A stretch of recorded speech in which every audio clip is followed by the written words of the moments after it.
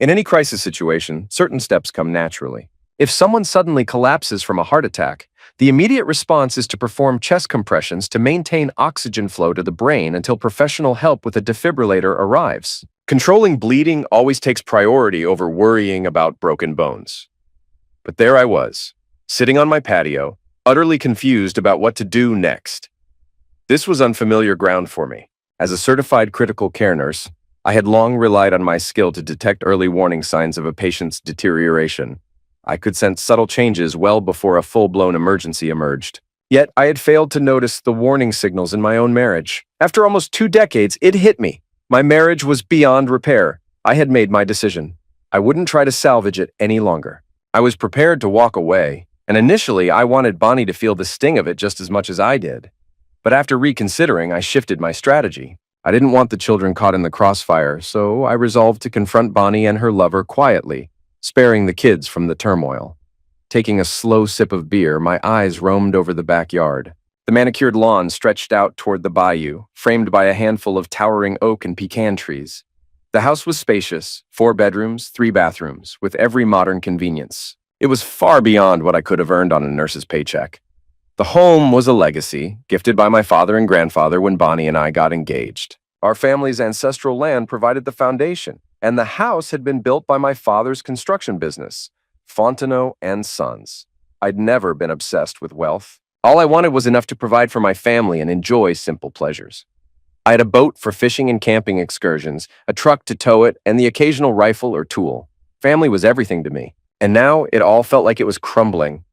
I noticed my sister Susan stepping out of her back door, her house almost an exact replica of mine, down to the dock we shared on the bayou. I raised my hand and she made her way over. There was a lot that needed saying.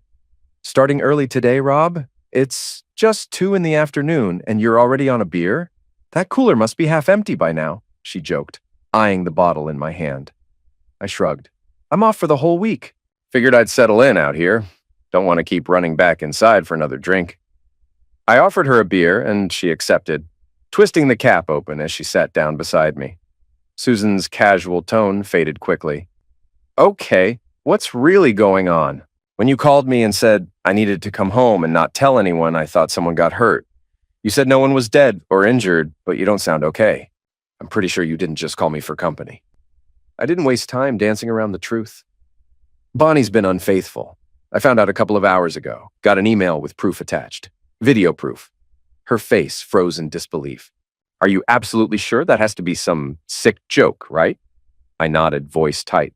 "No joke. The email came from pissed off 999. Said your wife is cheating. Here's the proof.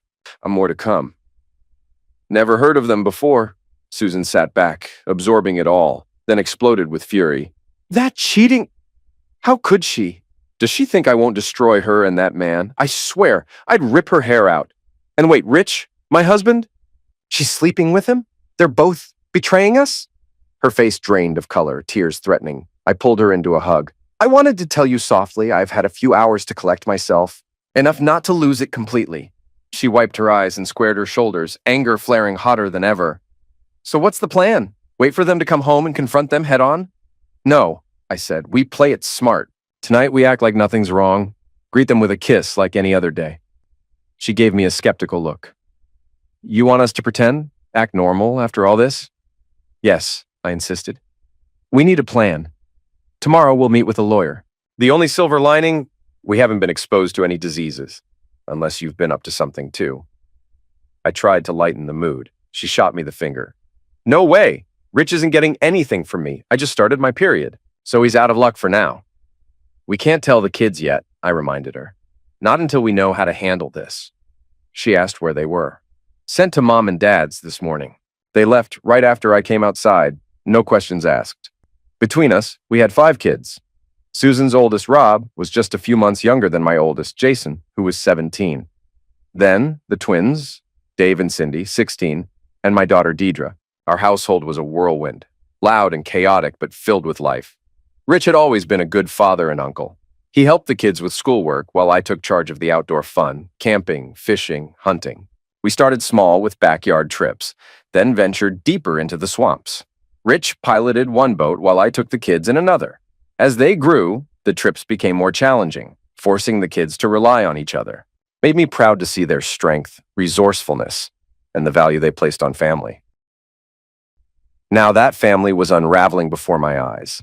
I had to figure out how to bring this crashing down without losing everything important to me. Just 3 weeks ago, I adjusted my work schedule to take 6 days off in a row.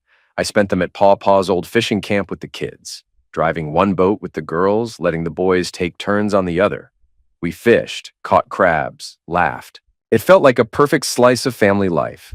Though behind the scenes, Bonnie and Rich had already made their choices. The thought of breaking the news to the kids shattered me.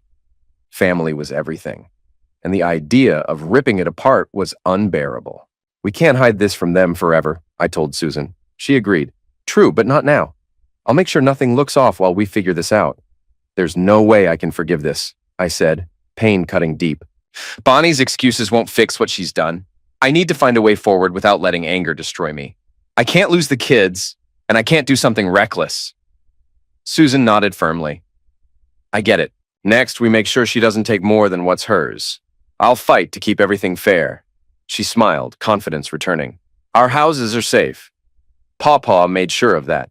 Bonnie and Rich can't touch the property, even if they try. She reminded me about the prenuptial agreement. Dad pushed hard for it. I didn't understand why then, but now, it could be your biggest advantage. I had almost forgotten about that prenup, but now it made perfect sense. Bonnie's father had always distrusted me, fearing I might exploit his daughter's wealth. The agreement was designed to protect his assets, clearly stating that anyone caught cheating would only receive a small fraction of the marital property. In the days that followed, I kept replaying the incriminating video showing Bonnie and Rich together. Who filmed it? How did it get leaked? The questions multiplied. Susan demanded to see the footage. Watching it, her anger flared. I can't believe they think they're untouchable, she fumed. We agreed on a careful, strategic approach, not just to confront Bonnie and Rich, but to safeguard ourselves and our family. Then Susan broke down crying, and I couldn't hold back either. The weight of it all hit us hard. Nothing would ever be the same. That evening, I pretended to be drunk. With a half-empty beer, I welcomed Bonnie at the door with an exaggerated hug and kiss. She returned it passionately. I scanned her for any sign of guilt or distance, but saw nothing. She was as seductive as ever, and for a moment desire flickered until anger swept it away. Disgust replaced attraction, and I cut the moment short with a cold, "Dinner's ready." The next morning, I watched Bonnie leave with Rich. I called Susan. How was last night? No issues, she said. Kept it light with jokes. Almost lost it when Rich made a move, but held back. He probably wants to see Bonnie again today. He's lazy about all this. Won't risk anything uncomfortable. By mid-morning, we met with Jake, a divorce lawyer and Susan's colleague. He'd known us for years and agreed to represent us. Do you have solid proof? Jake asked. We assured him we did, but held off showing it. He reviewed our prenups and was impressed. Strong agreements. Did you get legal advice? My dad insisted, I said. Made sure we both signed before marriage. Jake smiled. Cheating limits your claim to 20% of community property, savings, investments, all that. The rest is off limits. What if Bonnie hid money after marriage? I asked. That's community property, Jake replied. Anything pre-marriage is hers alone. Improvements like solar panels. Depends on funding and paperwork. So she only gets 20%? I confirmed. Exactly. You can push her to move out possessions or pay storage fees, but if she's smart, she'll walk away. Jake warned us to keep the video private. If you leaked it, they could sue. If it leaked from their side, that's their problem. Susan and I exchanged looks. We'd thought about sharing it with family, but the risk wasn't worth it. First, we needed to know who recorded it. We planned when to serve divorce papers. I wanted to wait till Friday, but Jake recommended Thursday noon, so they'd have the weekend to stress over finances and paperwork. Susan and I joked about serving them at home, but Jake shut that down. Better to serve at work, public and humiliating. After the lawyer's office, we spent hours at the bank, opening new accounts, moving funds, paying off credit cards, and closing joint accounts tied to them. No big debts, just small details. Jake stressed documenting everything to stay legally clean.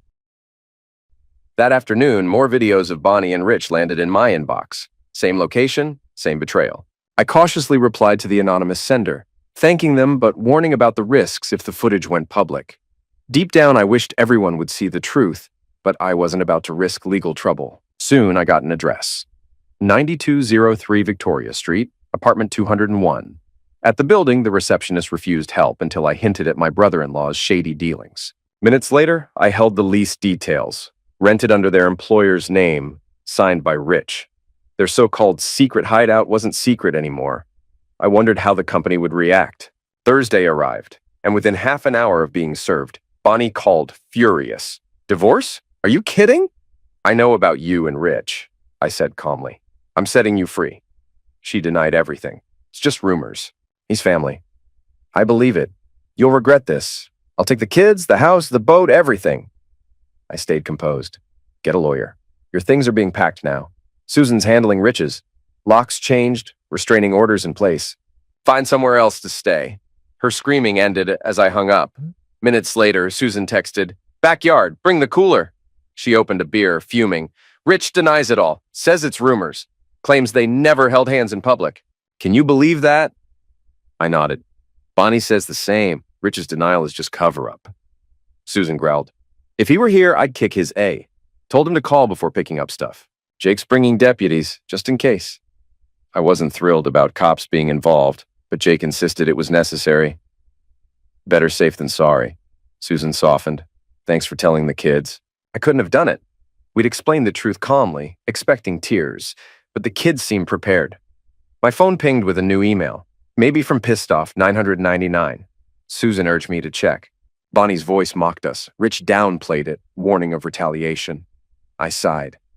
"They think they can get away with it. That apartment Rich hid for years. How long have they planned this? We have to stay vigilant." Susan wiped tears. "I won't let Bonnie get custody or live in your house. I'll fight for us." Back home, the kids packed Bonnie's things, Deidre and Cindy filling bags carefully. "Photograph everything," I reminded them. It counted against Bonnie's share. The boys nearly finished packing Rich's stuff. Rob tossed clothes carelessly. I smiled, grateful for their support. Bonnie texted she was on our way. I called Jake. Minutes later, he arrived with 2 deputies. As we waited, Bonnie and Rich pulled up, followed by Boudreaux Landry, a school bully I didn't want to see. "Hey, Robert. Trouble with your wife and brother-in-law?" he sneered. I forced a smile. "Family's fine," he smirked. "You sure Rich is cheating?" "No proof, right? Just rumors." I walked away. Bonnie stormed up. "You drained almost everything from our account." "Yep," I said. "I have the statements. You'll get what's fair, no more." She glared, but I stood firm. Susan and I stayed outside while Bonnie and Rich gathered their things. Instead, Deidre and Cindy entered with a deputy to monitor. I'd told the kids to watch for anything unusual. They'd know it when they saw it. Jason and Rob trailed Rich through the house. Bonnie immediately demanded, "Where's my jewelry?" Over the years, I'd bought her expensive pieces worth over $25,000, but most were locked safely in my safe. She wasn't pleased. Boudreaux tried to intervene, but I snapped a photo of the jewelry she wore. "They're all itemized for insurance," I said. "Community property, like the boat and truck Bonnie claimed earlier." I made sure nothing disappeared. Boudreaux looked surprised by my knowledge. Jake stepped in, suggesting Bonnie surrender the ring and necklace for reappraisal. After a tense moment, she reluctantly complied. "Where do you expect me to live?" she asked, irritation clear. I held back a sarcastic reply about her apartment. My feelings had shifted drastically, from love to cold fury. Bonnie and Rich left with Boudreaux trailing. I wondered if they headed to their apartment, but Jake reassured me. "We've got eyes on them. Exposing that place could tip the scales." Instead, they went to a motel, with Boudreaux hauling their belongings. As Susan and the girls cooked, my phone buzzed with another email. The audio was from Boudreaux. "Robert, someone might be tailing you. Stay at a motel and make it look like you slept apart to confuse anyone watching." Rich grumbled about his credit card being declined and planned to get a new one. Boudreaux warned, "List your assets. Hidden money can't be taken if they don't know about it, but don't lie or you risk perjury." Rich snapped, "I'm not giving Susan another dime. Let's move money offshore tonight, mess up the motel room, and fake separate nights." Susan gasped. "Secret accounts? Where'd they get the money? We don't earn enough to hide that much." I tried to focus. Bonnie and I had small weekly cash allowances. Major expenses were on credit cards, which we regularly checked. I joked to the apartment manager that Rich might be into shady business, but you don't think so, right? Susan laughed. "Rich, no way, but I never thought he'd cheat." We agreed to drop the topic for the night and joined the kids for dinner. Next morning, I visited Jake's office with the jewelry appraisal and got my firearms valued too, finally justifying a new Glock Bonnie couldn't argue about. Susan was catching up on work. We met there, and I played Jake the audio files. "I wish I knew who sent these," Jake said. "A PI couldn't move this fast. For the hidden accounts, a judge's order might be needed, but that takes time." We assured him we hadn't noticed missing funds. If they've been squirreling away small sums, it might add up. Jake updated me on the divorce progress. "It takes 6 months here, but we can speed up court dates. Next week, we meet with Bonnie, Rich, and their lawyer to review assets. With adultery involved, counseling is usually dismissed. After the ruling, it's waiting," he added. "Boudreaux called today, demanding more of the money you withdrew." I reminded him of the prenup. He wasn't thrilled. "He wants proof of adultery, but that's for court. He's a joke." I might even play that audio of him advising to hide cash offshore in court. Won't get him disbarred, but it'd embarrass him. I hated the idea of working that weekend, but no one could cover my shifts. "What if I start coughing and need a COVID test?" I joked with Sharon. "Could you cover then?" She laughed but took it seriously. "Nice try. But if I found out my husband was cheating, I'd be a wreck. You've got plenty of sick and vacation time. This counts as emergency leave. Just take care of yourself. We'll start your vacation once you're ready." I offered a compromise. "How about I work this weekend and start my leave Monday?" "Perfect," she said, visibly relieved. "Take as long as you need and keep me updated." Work kept my mind occupied. Weekends in the ICU were chaotic. Fewer procedures, but constant vigilance. At the nurse's station, I spotted my father-in-law, Dr. Prejean, waiting. "What brings you here, Doc?" I asked, trying to sound casual. He wasn't interested in small talk. "Cut the crap. I heard you kicked Bonnie out. She was crying to her mom last night." I didn't sugarcoat it. "Bonnie's having an affair with my sister's husband. I'm managing a family crisis." John looked stunned. "She told us it was gossip, said they just carpool. No affair." "I've got proof, audio, video. I wouldn't act on rumors." His face softened, conflicted. "What will you do?" "I'm trying to protect the kids, but I can't let it slide. What if she caught me cheating?" He was blunt. "I'd want your head on a platter. I'd help her bury you. How are Jason and Deidre handling this?" "They're holding up better than expected. Cousins help a lot. They're not ready to talk to you yet." "I'm sorry, Robert. I'll put the kids first. After that, I'll support Bonnie's needs. I don't condone her actions, but if you have proof, I'm on your side." His honesty was a small comfort. He left the office visibly shaken. That evening, Susan and I broke the news to our parents. My dad asked for proof, which I provided. His main concern was the kids' well-being. "Family always comes first," he said, promising his support. By Wednesday, we were gathering financial records. A court-appointed arbitrator reviewed our assets. Bonnie's income surprised me, around $5,000 a month, close to mine. Jake said this would help eliminate alimony claims, prenup or no prenup. Susan struggled to get Rich's tax returns. He hadn't filed properly. She breathed easier when Jake confirmed a likely substantial maintenance payment. Then Bonnie, Rich, and Boudreaux showed up for the asset meeting. Bonnie's glare was fierce, angry, but unapologetic. Rich looked uneasy, trying to stay neutral. The court official introduced himself and his assistant, who recorded everything. "We'll start with affidavits. Everything you say is evidence. Today's goal, list assets and income. The judge will decide on property division. Prenups won't be discussed today, but are a factor." They began listing vehicles, firearms, and household items, quickly done. Bonnie's jewelry appraised higher than my truck and tools combined. Boudreaux insisted on separating the solar system, which Jake noted carefully. Despite assumptions, 401k accounts were included due to our long marriage. When we reached the financial statements, I declared I'd taken 80% of my funds. Susan and Rich's finances followed. Then the auditor raised concerns. Bonnie's reported income was nearly $140,000 annually, far above the $60,000 I'd estimated from pay stubs. I explained Bonnie and Rich had hired a new accountant, one of their clients. Bonnie blushed as bonuses accounted for the extra income. Rich's bonuses totaled $110,000 yearly, netting $80,000. "So, where's the money, Bonnie?" I asked, voice hard. "No wonder you fled to the Caymans last week." "Hiding it." She froze, then shot back. "Are you stalking me?" "No need. We tracked your phone. The kids found you off the grid most days. Flight info showed your Cayman trip. Monday, you were in Baton Rouge. Probably moving money," Jake added. "Boudreaux, Advising clients to hide assets offshore is felony. Bonnie broke down, tears falling. Rich looked worried. Boudreaux denied wrongdoing, but his face said otherwise. Susan asked if we could force the money back. Jake promised, "You'll get 80% once we prove infidelity." Bonnie's sudden outburst shocked us. "There's no money left. It's gone." Rich tried to silence her, but she shouted, "You stole it!" I stayed calm. "I only discovered this recently. How do you explain gambling or spending it?" Bonnie claimed their attempt to transfer funds was rejected. They'd investigated in Baton Rouge, but no records showed where the money went. Jacobs volunteered to dig into the Baton Rouge accounts, promising quick results for the court records. After Bonnie and Rich left, Susan asked, frustrated, "Where did the money go?" I shrugged, thinking, another mystery.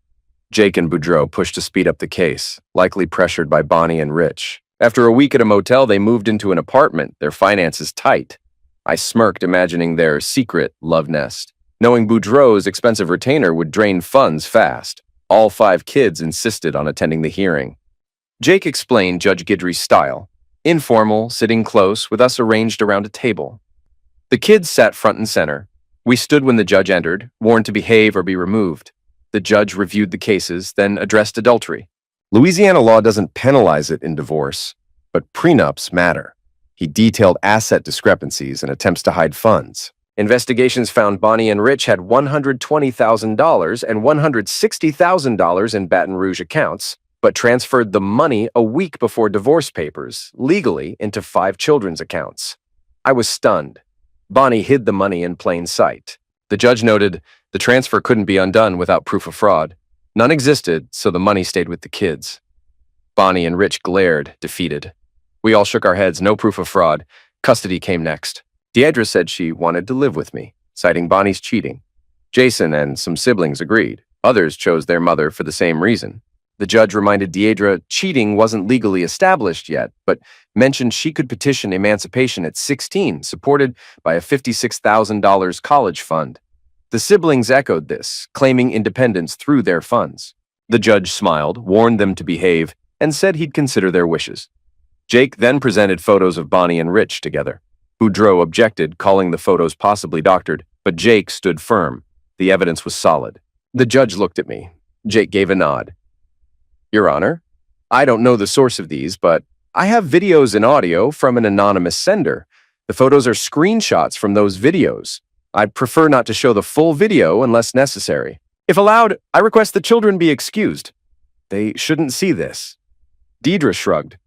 "No problem, Dad. We've seen worse." Cindy joked, making everyone laugh by describing one video's awkward moment. I froze, then realized the full scope. My father nodded slightly. The judge saw Bonnie and Rich's horrified faces. "Mr. Fontenot, do you want us to play the video, or do all parties agree adultery occurred?" Boudreaux glanced anxiously, but Bonnie and Rich pleaded not to play it. The judge relented. After a private talk, Boudreaux conceded, "We accept the plaintiff's claims." The judge ruled, "Since adultery is agreed upon, the prenuptial agreement stands. Mr. Fontenot and Miss Jenkins receive 80% of community property. Lawyers to finalize distribution. Custody is set. Mr. Fontenot has full custody of Jason and Deidre.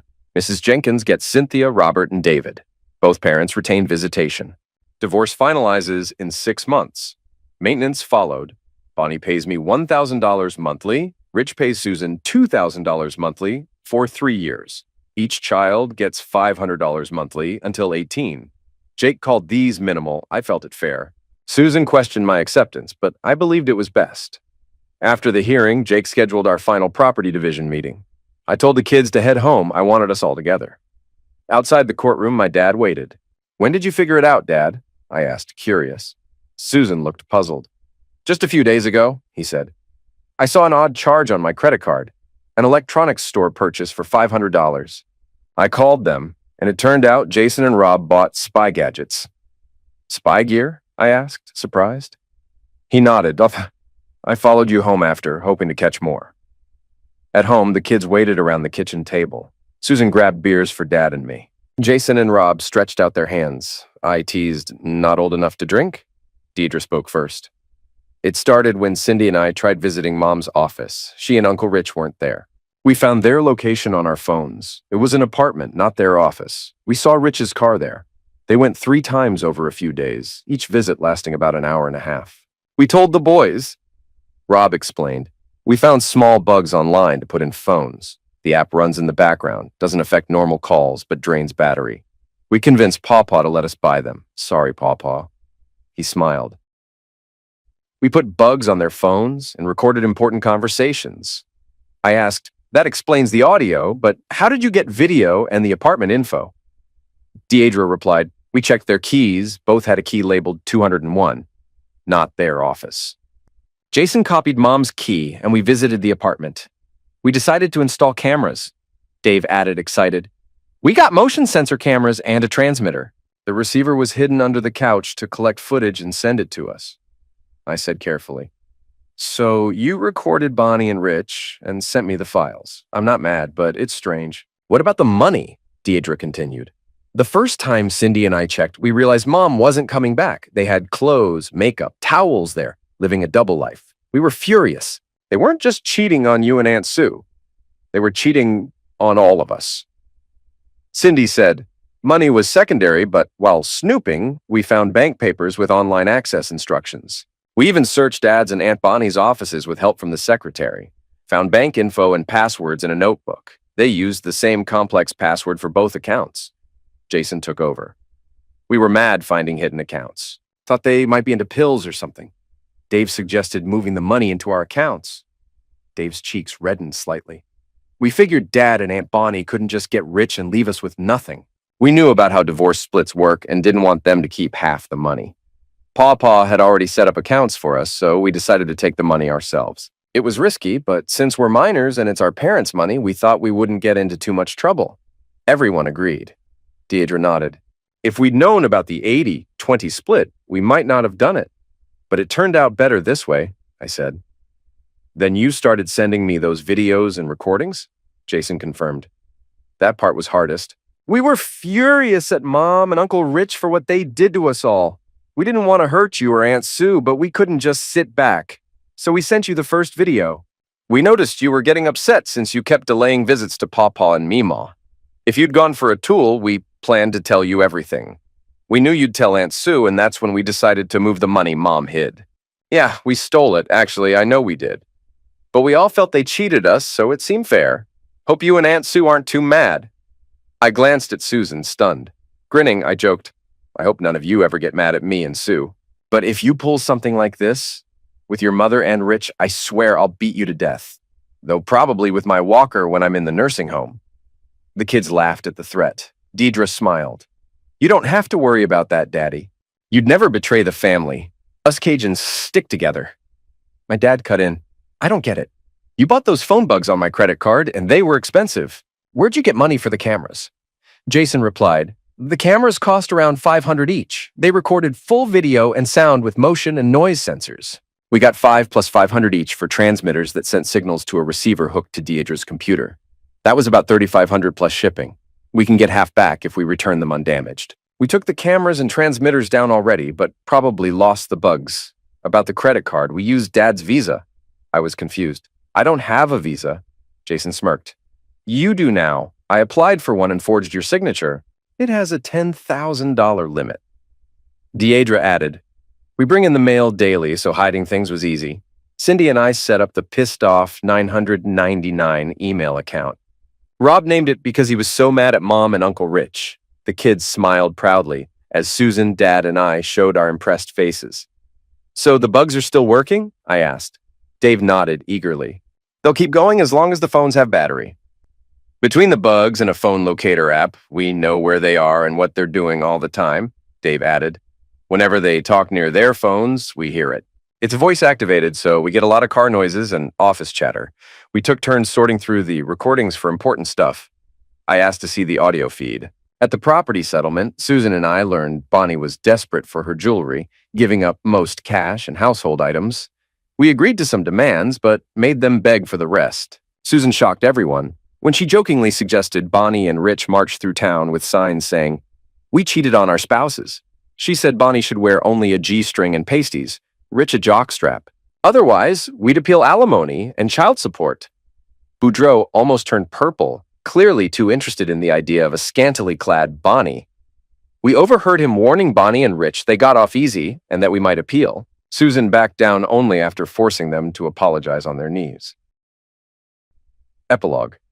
I can't say how it happened, but I swear I had nothing to do with it.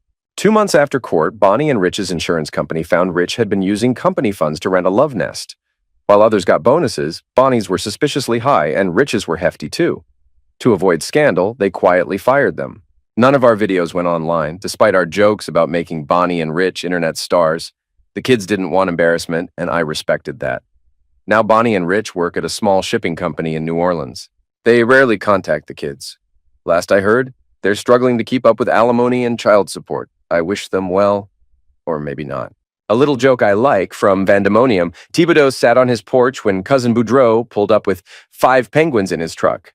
Boudreaux, what are you doing with those penguins? They followed me home. Ain't they cute? Take them to the zoo tomorrow.